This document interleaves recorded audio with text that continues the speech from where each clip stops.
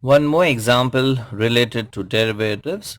Find dy by dx if y is equal to cos inverse sine 5x. Now we have the cos inverse term here, so we try and convert sine 5x into a cos term, right? So we convert this function, the sine function, into a cos function.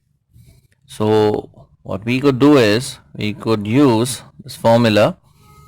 Sine theta could be changed or replaced by cos pi by 2 minus theta. So here we get y is equal to cos inverse cos pi by 2 minus 5x. So we have obtained a cos term within the brackets. Now we know that cos inverse of cos theta is nothing but theta. So using this formula, we get the value of y as cos inverse cos pi by 2 minus 5x is simply pi by 2 minus 5x. We now differentiate with respect to x.